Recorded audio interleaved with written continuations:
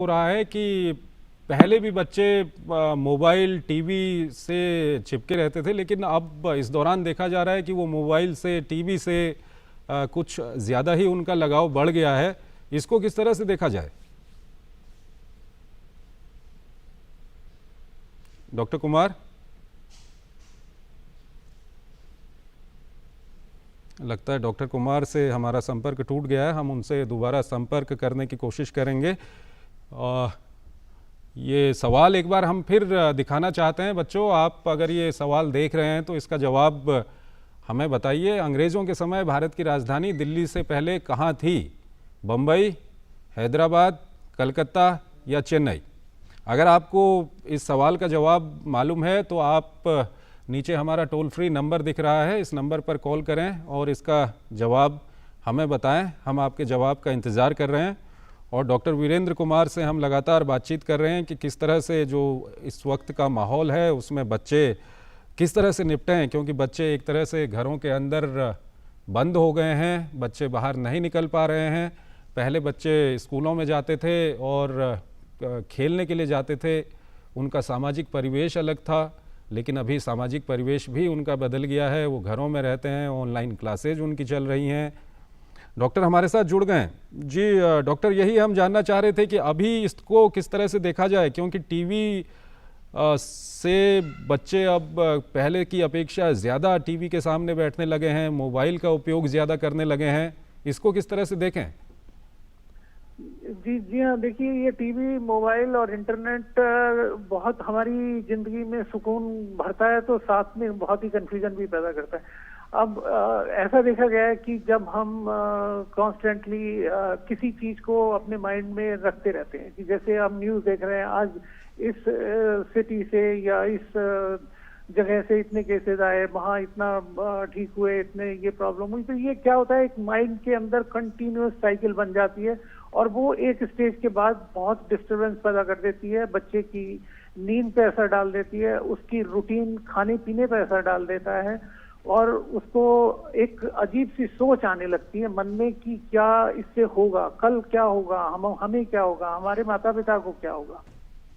और अगर किसी को वो मान लीजिए कोरोना हो जाता है और उनको किसी वजह से अस्पताल जाना पड़ता है, तो पीछे से जब बच्चे अकेले रह जाते हैं तो उनके मन में ये विचारधारा और भावनाएं और ज्यादा घर कर जाती हैं और वो एक मानसिक रूप से डिप्रेशन में चले जाते हैं। तो ऐसे में बहुत जरूरी है कि इसको जल्दी से पहचाना जाए और ज्यादा से ज्यादा सिर्फ जितनी इंफॉर्मेशन हमें चाहिए उतना देर हम देखें और बहुत ज्यादा हम इन आंकड़ों में ना फंसें, क्योंकि इनसे एक हमारा एक ऐसा वातावरण पैदा हो जाता है जो हमें मानसिक रूप से परेशान करने लगता है। डॉक्टर, एक सवाल और कि अगर किसी तरह की परेशानी माता पिता बच्चों में देखें आज के दौर में, तो क्या साइकोलॉजिकल काउंसलिंग के लिए उनको बच्चों को ले जाना चाहिए? देखिए, कुछ चीजें ऐसी होती हैं जो माता पिता अपने लेवल पे घर में कर सकते हैं और सबसे पहला वहीं से करना होगा। जब काउंसलिंग के लिए भी हॉस्पिटल जाते हैं या काउंसलर से मिलते हैं या डॉक्टर से मिलते हैं, तो वो जो स्ट्रेटजी बनाते हैं वो स्ट्रेटजी घर से ही शुरू होती है। उसमें अब बच्चे की उम्र के हिसाब से उसके इंटरेस्ट की एक्टिविटीज हमें आइडेंटिफाई करनी होती है जी।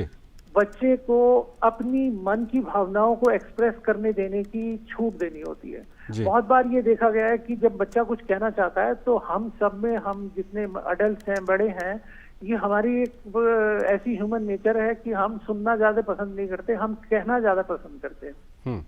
तो बच्चे को एक कम से कम एक समय दिया जाए जिसमें माँ बाप उस चीज को सुने, बच्चा क्या कहना चाहता है, उसके मन में क्या चल रहा है। कुछ बच्चे क्या होता है, मुंह से बोल के एक्सप्रेस नहीं कर पाते, तो ऐसे में हम बच्चों, माता पिता को कहते हैं कि आप बच्चे को एक पेपर दीजिए, एक डायरी दीजिए और बच्चे को लिख। तो कुछ बच्चे लिख के अपने मन की भावनाओं को व्यक्त करते हैं जी। तो सबसे पहली चीज ये जानना होता है कि बच्चे के मन में क्या चल रहा है, किस तरह की भावनाएं हैं, और फिर हमें स्ट्रेटजी बनानी है कि उनको किस तरह से हैंडल करना है। तो अगर हम घर पे ही उसको हैंडल कर सकते हैं, बच्चे के साथ ज्यादा टाइम बिताएं, बच्चे के साथ एक्टिविटी बढ़ाएं। जी डॉक्टर, दरअसल हम अब कार्यक्रम के बिल्कुल अंत में आ चुके हैं। बहुत बहुत शुक्रिया आपका हमारे साथ जुड़ने के लिए। और हमने जो सवाल पूछा था उस सवाल का जवाब सोशल मीडिया के ज़रिए बहुत सारे बच्चों ने हमको भेजा है और हम बच्चों को बता दें कि जिन भी बच्चों ने कलकत्ता को जवाब बताया है दिल्ली से पहले कलकत्ता राजधानी थी, वो बिल्कुल सही है। और अगले शनिवार और रविवार को फिर किड्स टाइम हमारा एक कार्यक्रम होगा और आप इस कार्यक्रम में जुड़ें। फिलहाल इस कार्यक्रम में इतना ही। नमस्कार।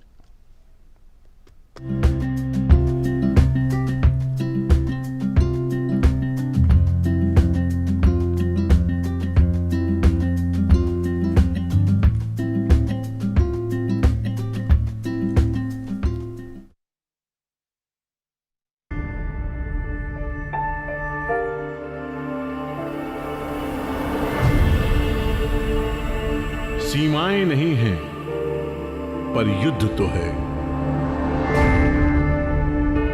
शत्रु नहीं समक्ष, पर प्रहरी तो है।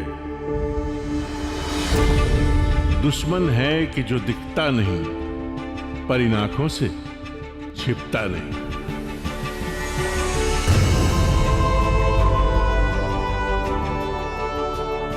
एक अलग जज्बा है इनका, समय को रोक रखा है, काल को मोड़ रखा है।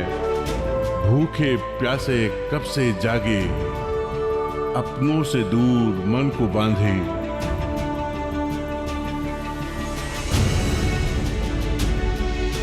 न धर्म की दीवारें हैं, न समाज के ताने हैं। लक्ष्य है, बस लक्ष्य है सेवा का, और ये रिश्ते अनजाने हैं।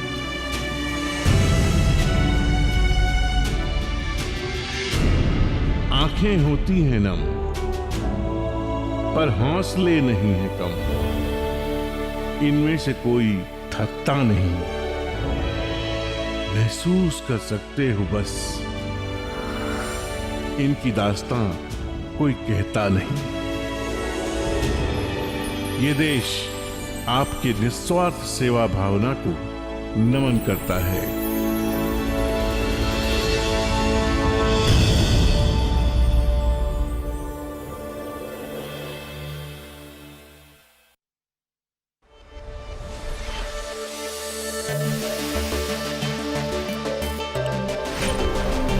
As novel coronavirus spreads around the world, where does research on a vaccine stand?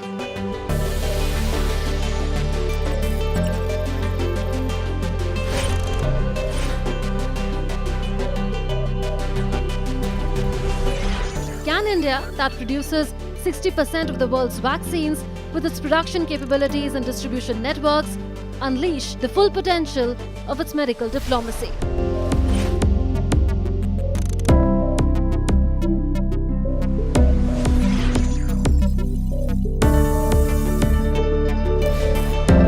An in-depth perspective on solutions to the global pandemic. Watch BioQuest, Researching COVID-19 on DD India and DD News.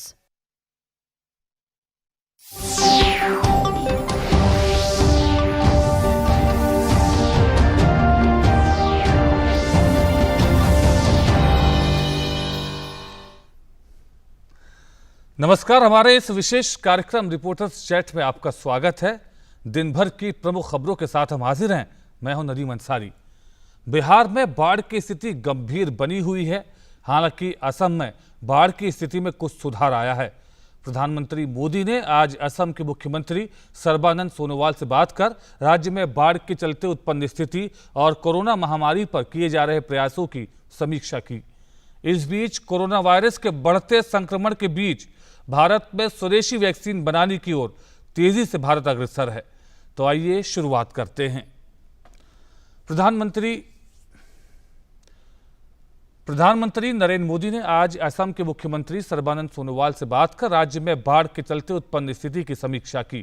प्रधानमंत्री ने असम के CM से बागजान तेल कुएं में लगी आग को बुझाने के लिए किए जा रहे उपायों और कोरोना महामारी से बचाव के लिए किए जा रहे उपायों को लेकर भी जानकारी ली। आज सुबह पीएम मोदी ने मुख्यमंत्री से फोन के जरिए मुख्यमंत्री से बातचीत की। सर्बानंद सोनोवाल ने ट्वीट करके जानकारी दी। उन्होंने बताया कि प्रधानमंत्री ने स्थिति को लेकर चिंता जताते हुए केंद्र की तरफ से हर संभव मदद का भरोसा भी दिलाया। तो साथ ही ये भी कहा कि इस घड़ी में वो राज्य के लोगों के साथ हैं।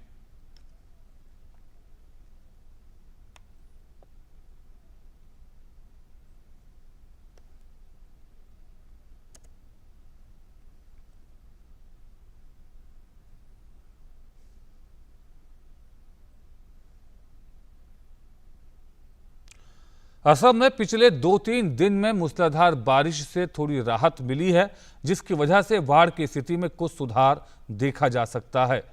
हालांकि अभी भी राज्य के 26 जिलों के 2678 गांवों में 27.5 लाख से अधिक लोग बाढ़ से प्रभावित हैं।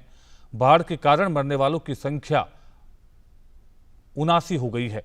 पिछले 24 घंटों में 3 और लोगों की जान चली गई। राज्य भर में 290 राहत शिविरों में 47,465 लोग अभी भी शरण लिए हुए हैं। हालांकि अब जलस्तर में गिरावट भी देखी जा रही है, लेकिन ब्रह्मपुत्र सहित इसकी कुछ सहायक नदियां अभी भी कम से कम 8 जिलों में कुछ क्षेत्रों में खतरे के निशान से ऊपर बह रही हैं।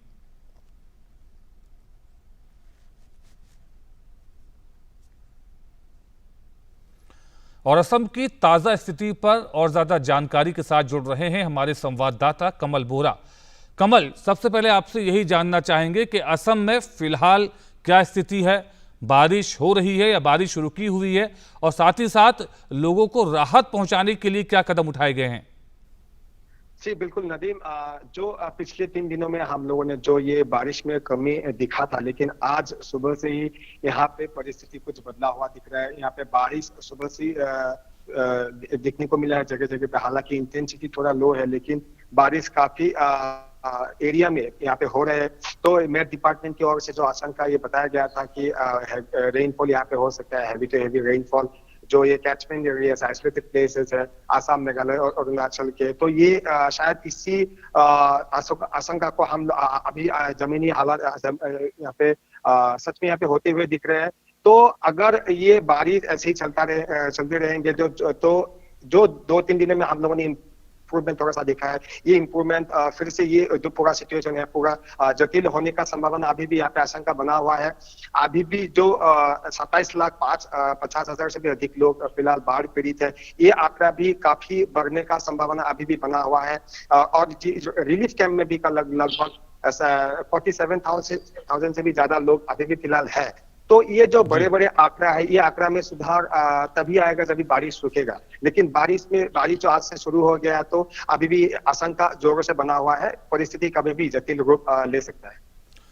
कमल, प्रधानमंत्री नरेंद्र मोदी ने आज असम के मुख्यमंत्री सर्बानंद सोनोवाल से बातचीत की और केंद्र की तरफ से हर संभव मदद का भरोसा दिलाया है। राज्य सरकार अपने स्तर पर इस पूरी बाढ़ की स्थिति पर नजर रखे हुए लगातार लोगों को राहत पहुंचाने का प्रयास कर रही है और केंद्र ने भी पूरी मदद का भरोसा दिया है। क्या मदद लोगों को पहुंचाई गई है? किस तरह की व्यवस्था की गई है? जी बिल्कुल, मैं आपको बताना चाहूंगा, प्रधानमंत्री जी ने आज 3 विषय को लेकर असम के चीफ मिनिस्टर सर्बानंद सोनोवाल जी से बात किया था।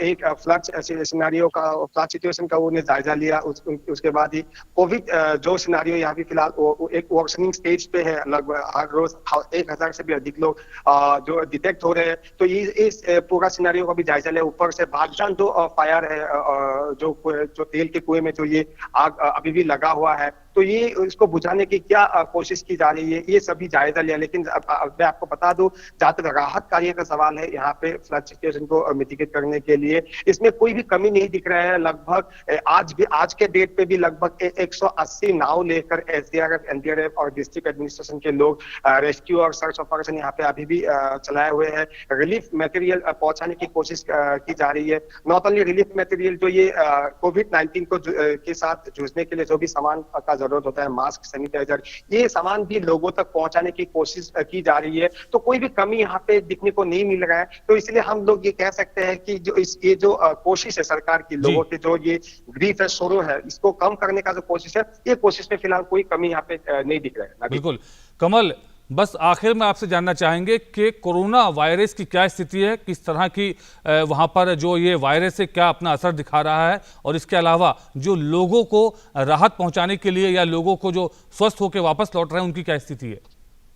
जी बिल्कुल, मैं आपको बताना चाहूंगा कि अभी फिलहाल कोविड का जो यहाँ पे परिस्थिति है काफी हद तक यहाँ पे खराब परिस्थिति बन चुका है, क्योंकि लगभग 1000 से भी अधिक लोग हर एक दिन डिटेक्ट हो रहे हैं और लगभग 500 से 600 जो डिटेक्टेड इंफेक्टेड पर्सन है वो गुवाहाटी से बिलोंग करते हैं। तो गुवाहाटी का सिचुएशन भी काफी हद तक एक चिंताजनक परिस्थिति में है। तो ये एक परिस्थिति में सरकार की कोशिश तो जारी है, लोगों को सबसे ज्यादा ट्रीटमेंट की फैसिलिटी यहाँ पे दिया जाए, मेडिकल फैसिलिटी दिया जाए, लेकिन इसके साथ साथ में ये परिस्थिति में जो ये राहत कार्य चला रहे हैं जो एनडीआरएफ एसडीआरएफ के लोग, इनको काफी सारी दिक्कतें आ रही है, क्योंकि ये लोग स्पेशल सूट पहन के जो ये सोशल डिस्टेंसिंग मेंटेन करके रेस्क्यू सर्च ऑपरेशन यहाँ पे चला रहे हैं।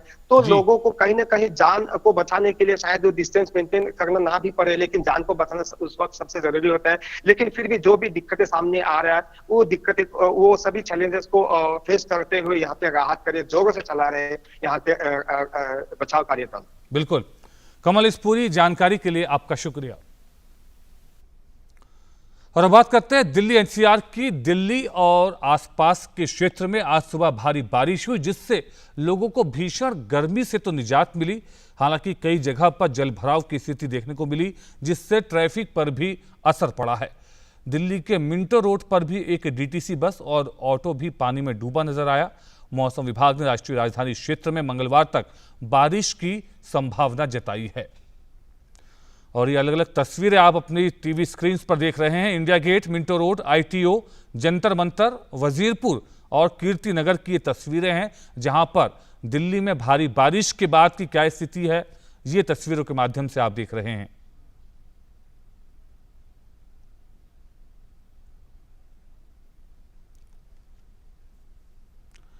दिल्ली और एनसीआर में बारिश से लोगों की मुश्किलें भी बढ़ी हैं। और ज्यादा जानकारी के साथ जुड़ रहे हैं हमारे संवाददाता गिरीश निशाना। गिरीश, दिल्ली की बारिश एक तरह से लोगों के लिए थोड़ी राहत की बात है। लगातार गर्मी के बाद बारिश का आना थोड़ा एक सुकून भी देता है दिल्ली वासियों को, लेकिन बारिश के बाद की जो परिस्थिति है, लोगों को किस तरह की दिक्कतों का सामना करना पड़ा?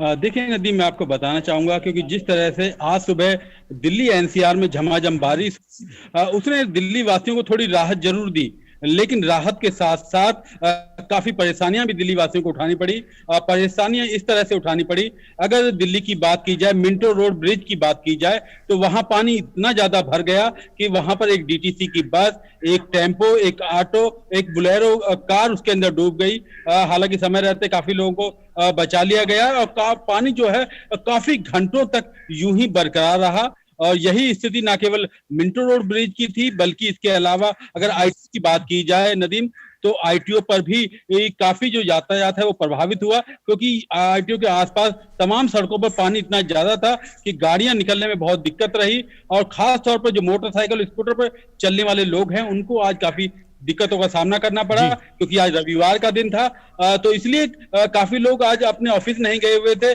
तो ये एक राहत वाली बात है, लेकिन जो लोग भी सड़कों पे उतरे थे उन्हें आज काफी परेशानियों का सामना करना पड़ा, क्योंकि सुबह मैं लाइव रिपोर्टिंग कर रहा था मिंटो रोड से। अपनी ताजा तस्वीरें जो थी अपने दर्शकों तक हमने पहुंचाई, जहां हमने दिखाया कि किस तरह से डीटीसी की बस पानी के अंदर डूबी हुई है, किस तरह से टेम्पो, किस तरह से बोलेरो कार जो है वो डूबी हुई थी। वो तमाम चीजें कहीं ना कहीं एक बहुत बड़ा सवाल खड़ा कर दिया है देश की राजधानी दिल्ली पे, कि किस तरह से क्या देश की राजधानी दिल्ली में जो जल भराव की स्थिति है आखिर क्यों हो रही है। जी गिरीश, आपने बहुत बड़ा सवाल उठाया कि आखिर ये परेशानियों के लिए कौन जिम्मेदार है। लगातार दिल्ली में बारिश होने के बाद पूरे दिल्ली कहें तो पूरी पानी पानी हो जाती है, और ऐसे में लोगों को मुश्किल तो आती है। हर साल लगभग ये देखा जाता है। तो आपसे समझना चाहेंगे कि इसके लिए पानी सड़कों पर जमा ना हो या पानी की सही तरीके से निकासी हो, इसकी व्यवस्था की जिम्मेदारी किस पर है? देखिए नदीम, मैं आपको बताना चाहूंगा,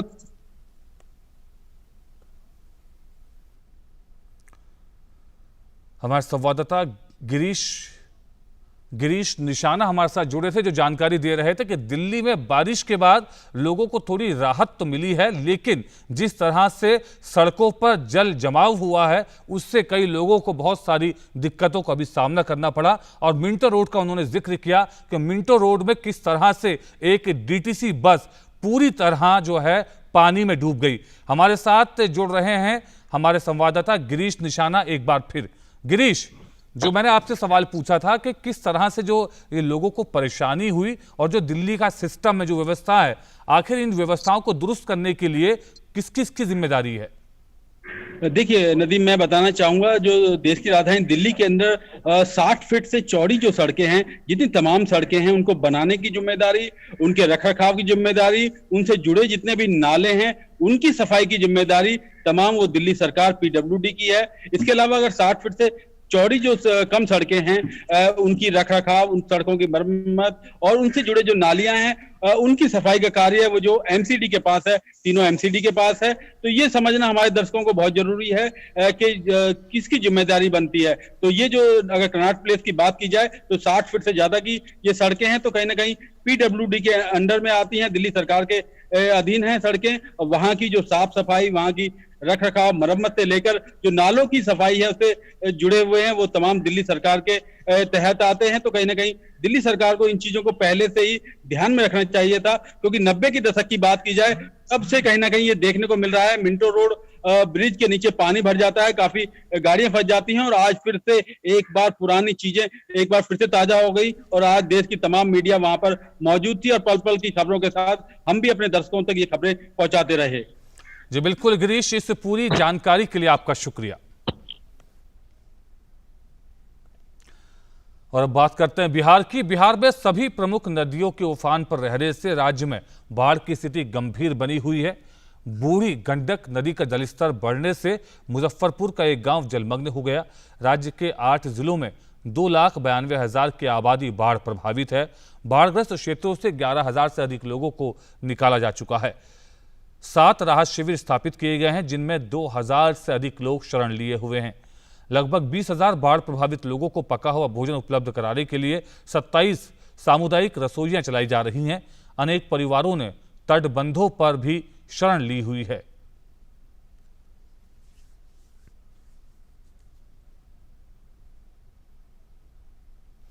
और अब बात राजस्थान की राजनीति की। राजस्थान में बीते 10 दिनों से चल रहा राजनीतिक ड्रामा कल चरम पर पहुंचने की उम्मीद है। राजस्थान उच्च न्यायालय सचिन पायलट खेबे के खिलाफ विधानसभा अध्यक्ष के नोटिस पर कल दोबारा सुनवाई शुरू करेगा। सचिन पायलट के साथ 18 विधायक बताए जा रहे हैं। अदालत के फैसले के बाद ही इन बागी विधायकों का भविष्य तय होगा। अदालत के निर्णय के बाद राजस्थान विधानसभा के विशेष सत्र को लेकर भी स्थिति साफ होने की उम्मीद है। इससे पहले शुक्रवार को हाईकोर्ट ने मामले में सुनवाई करते हुए स्पीकर को विधायकों के खिलाफ कार्रवाई करने पर रोक लगा दी थी। वहीं राज्य में तेजी से बदलते राजनीतिक घटनाक्रम के बीच मुख्यमंत्री अशोक गहलोत ने कल 4 दिनों में दूसरी बार राज्यपाल कलराज मिश्र से मुलाकात की।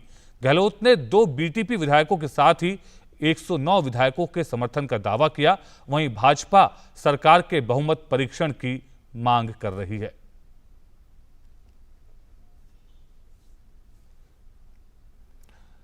और बात करते हैं कोविड-19 की। सरकार ने माना है कि देश में कोरोना संक्रमण के मामले बढ़ रहे हैं। पीआईबी की ओर से किए गए एक ट्वीट में कहा गया है कि यह सच है कि भारत में कोविड-19 के मामले बढ़ रहे हैं, लेकिन सरकार का ध्यान मामलों का प्रारंभिक स्तर पर पता लगाने और लोगों का जीवन बचाने पर है। ट्वीट में आगे कहा गया है कि दुनिया में कोविड-19 से सर्वाधिक प्रभावित अमेरिका, ब्राजील, रूस, पेरू, चिली, मेक्सिको, दक्षिण अफ्रीका, यूके, ईरान, पाकिस्तान और स्पेन जैसे 11 देशों में भारत के मुकाबले 8 गुना अधिक मामले सामने आए हैं। इसके साथ ही इन देशों में भारत से 14 गुना अधिक मौतें हुई हैं। भारत ने क्लिनिकल प्रोटोकॉल के तहत ट्रैकिंग और टेस्टिंग के जरिए मामलों की शुरुआती पहचान पर ध्यान केंद्रित किया है।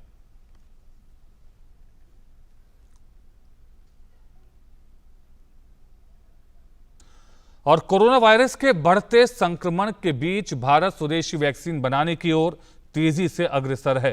केंद्रीय स्वास्थ्य मंत्री हर्षवर्धन ने ट्वीट करके देश को जानकारी दी है कि स्वदेशी कोरोना वैक्सीन का ह्यूमन ट्रायल सफलतापूर्वक चल रहा है और देश इस मामले में निर्णायक दौर में है। पिछले कई महीनों से कोरोना वैक्सीन के विकास के लिए जारी प्रयास के सकारात्मक संकेत मिलने लगे हैं। उन्होंने कहा कि हम जल्द ही इस महामारी पर पूरी तरह जीत प्राप्त कर लेंगे। स्वास्थ्य मंत्री के मुताबिक इंसानों पर शुरुआती ट्रायल में साइड इफेक्ट नहीं देखा गया है। वैक्सीन का ह्यूमन ट्रायल 2 चरणों में होगा। देश में 14 रिसर्च इंस्टीट्यूट्स में ह्यूमन ट्रायल हो रहा है। इस दौरान सुरक्षा और स्क्रीनिंग पर जोर रहेगा और हर डेटा पर ICMR के वैज्ञानिक नजर रख रहे हैं।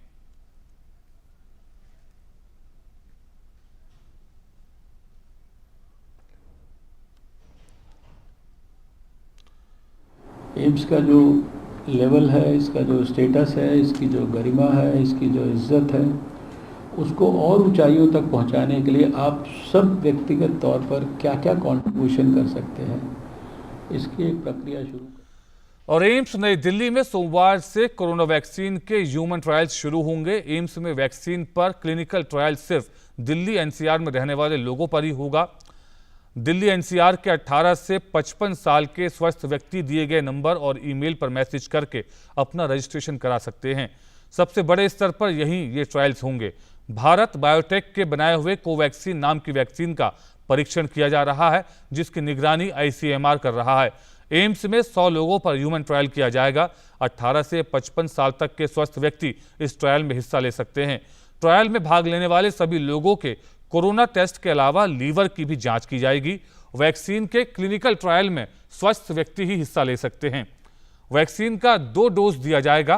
पहले डोज और दूसरे डोज के बीच 2 हफ्ते का अंतराल होगा। यह वैक्सीन इंजेक्शन के जरिए दी जाएगी।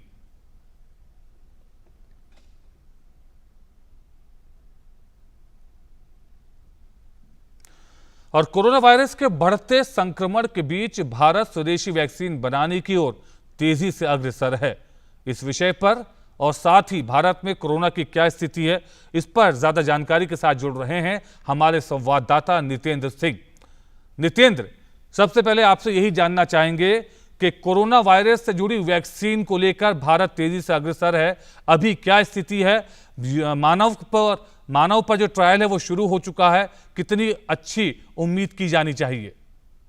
देखिए, भारत की 3 कंपनियां वैक्सीन को लेकर के काफी आगे बढ़ रही हैं, जिसमें से 2 कंपनी तो काफी आगे है और एक हम जिसका जिक्र कर रहे हैं भारत बायोटेक, जो ICMR के साथ मिलकर के पूरे देश भर में ह्यूमन ट्रायल कर रहा है। फेज 1 फेज 2 को परमिशन उनको मिली हुई है और 375 लोगों का सिलेक्शन पूरे देश में होना है और जिनमें से 15 जुलाई से उन्होंने परीक्षण शुरू भी कर दिया है कुछ अलग अलग संस्थानों के जरिए, क्योंकि 14 जो इंस्टीट्यूट है देश भर के जिसमें मेडिकल कॉलेज है वहां पे ये ट्रायल हो रहा है।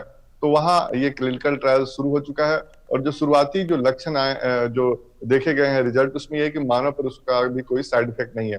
जो दूसरी सबसे बड़ी बात है कि जो एम्स में सबसे बड़ा क्लिनिकल ट्रायल होगा, जो 375 में से 100 लोगों का केवल एम्स दिल्ली में होगा और ये कल से प्रक्रिया शुरू होगी और 18 से 55 साल के लोग इसमें पार्टिसिपेट कर सकते हैं, वॉलंटियर, जिनको स्वस्थ रहना होगा और क्योंकि स्वस्थ आदमी को ही क्लिनिकल ट्रायल में शामिल किया जाएगा। और ये बताया गया हमें कि अब तक 500 से ज्यादा लोगों ने फोन करके, मेल करके, SMS करके अपना रजिस्ट्रेशन के लिए इच्छा व्यक्त की है और उनकी स्क्रूटनी हो रही है और उन सबका टेस्ट हो रहा है एम्स में। इसके अलावा इसके 2 डोज दिए जाएंगे, जैसा कि हमें बताया गया है कि पहला डोज और उसके बाद जो 2 हफ्ते के बाद दूसरा डोज दिया जाएगा। इंजेक्शन के जरिए ये वैक्सीन दिया जाएगा और इसके ऊपर निगरानी रखी जाएगी। इन लोगों पर तकरीबन 194 दिन तक निगरानी रखी जाएगी कि कितना एंटीबॉडी इनमें डेवलप हो रहा है। तो बहुत ही इंपॉर्टेंट खबर है भारत के लिहाज से देखा जाए। भारत के वैज्ञानिकों का जो दिन रात एक करके इस पर काम कर रहे थे, उनके लिए एक बड़ी सफलता है और आने वाले दिनों में जल्द ही भारत में वैक्सीन मिलेगा। बिल्कुल, एक बहुत अच्छी और सकारात्मक नितेंद्र आपने खबर दी कि भारत में जो वैक्सीन बनाई जा रही है वो बहुत तेजी से आगे उस पर ट्रायल चल रहा है और इंसानों पर ट्रायल भी शुरू होगा। एम्स की भी आपने जानकारी दी। नितेंद्र, आपसे जानना चाहेंगे कि जिस तरह से कोरोना वायरस की स्थिति भारत में है, लगातार जो संक्रमण का खतरा है, जो संक्रमण है लगातार बढ़ रहा है, लेकिन ये भी एक अच्छी बात है कि जो स्वस्थ होने वाले लोगों की दर है वो भी पूरी दुनिया के मुकाबले बहुत अच्छी है। किस तरह से आप इसकी जानकारी देंगे? देखिए, 2-3 आंकड़ों के जरिए मैं समझाने की कोशिश करूंगा अपने दर्शकों को कि पिछले 24 घंटे में 23,600 लोग स्वस्थ होकर के अपने घर जा चुके हैं और 6 लाख से ज्यादा लोग अब तक स्वस्थ होकर के घर जा चुके हैं। एक्टिव केस जो संक्रमित लोग हैं अभी देश में 3 लाख से ज्यादा हैं, जो अपने घरों में या फिर कुछ कोविड सेंटर में, कुछ क्वारंटाइन सेंटर में और कुछ जो डेडिकेटेड कोविड हॉस्पिटल में वहां पर इलाज करा रहे हैं। जो रिकवरी रेट है वो 63% के आसपास है और ये दिनों दिन बढ़ रहा है। जो हमारी मॉर्टिलिटी रेट है, हम कहेंगे कि मृत्यु दर जो है भारत में वो बहुत ही कम है, 2.5% है। और ये दुनिया के जितने भी विकसित देश हैं, चाहे यूरोप हो या बाकी देश है, उनसे काफी कम है जो मृत्यु दर हमारा जो भारत में है। इसके अलावा जो 29 राज्य हैं भारत के, उनके जो मृत्यु दर है राष्ट्रीय औसत से कम है और 5 राज्य में तो 0 मृत्यु दर है और 14 राज्य ऐसे हैं जिनमें 1% से भी कम मृत्यु दर है। तो ये सिर्फ आंकड़ा इसलिए है क्योंकि दोनों स्तर पे काम हो रहा है, सरकार के स्तर पे भी और लोगों के स्तर पे भी। सरकार ने टेस्टिंग, ट्रेस और ट्रीटमेंट की जो रणनीति अपनाई है उसका फायदा दिख रहा है। कंटेनमेंट जोन की पहचान करके घर घर सर्वे करके लोगों की पहचान की जा रही ताकि समय पर उनका पहचान हो बीमारी का और समय पर ट्रीटमेंट हो ताकि लोग इलाज करके अपने घर जाएं।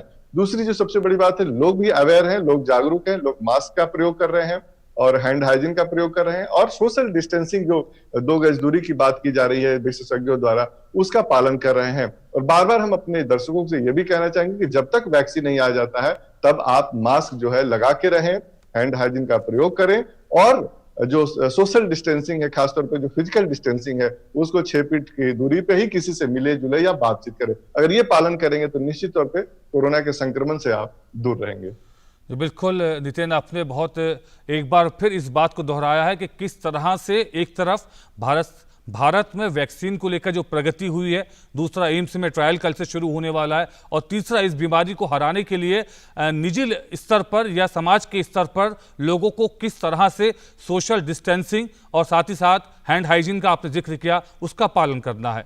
इस पूरी जानकारी के लिए नितिन आपका शुक्रिया। और तमाम वैश्विक प्रयासों के बावजूद दुनिया भर में कोरोना महामारी तेजी से फैल रही है। विश्व में इस वक्त 1,42,10,000 से ज्यादा लोग कोरोना वायरस से संक्रमित हैं और 6 लाख से ज्यादा इस वायरस के चलते अपनी जान गंवा चुके हैं। दुनिया में कोरोना से सबसे ज्यादा प्रभावित अमेरिका के कई राज्यों, खासकर फ्लोरिडा, टेक्सास और एरिजोना में संक्रमण के मामले लगातार बढ़ रहे हैं। वायरस की फिर से गंभीर होती स्थिति को देखते हुए फ्लोरिडा साउथ बीच पर कर्फ्यू लगा दिया गया है। फ्लोरिडा फिलहाल अमेरिका में महामारी का केंद्र बना हुआ है। अमेरिका के इन राज्यों ने पहले कोरोना की वजह से लॉकडाउन लगाने से इनकार किया था, लेकिन संक्रमण के फिर से बढ़ते मामलों को देखते हुए हाल ही में यहां फेस मास्क पहनना अनिवार्य कर दिया गया है।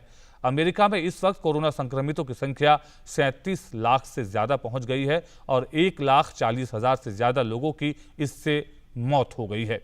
एक दिन में 70,000 से ज्यादा आए नए मामलों ने अमेरिका के कई प्रांतों के गवर्नरों को चिंता में डाल दिया है, क्योंकि यहां के 50 में से 41 प्रांतों में कोरोना संक्रमण के मामले लगातार बढ़ रहे हैं। और इसी के साथ आज के इस रिपोर्टर्स चैट पर फिलहाल इतना ही। हमारी पूरी टीम को दीजिए इजाजत। नमस्कार।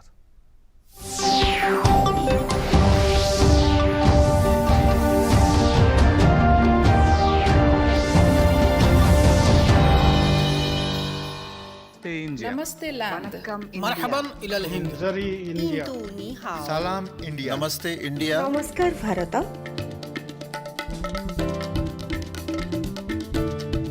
मुई इंडिया, नहनु हुनूर इंडिया, माँ हिंदी हस्ती, हिंदियानी, सलाम हिंदुस्तान, वी आर इंडिया।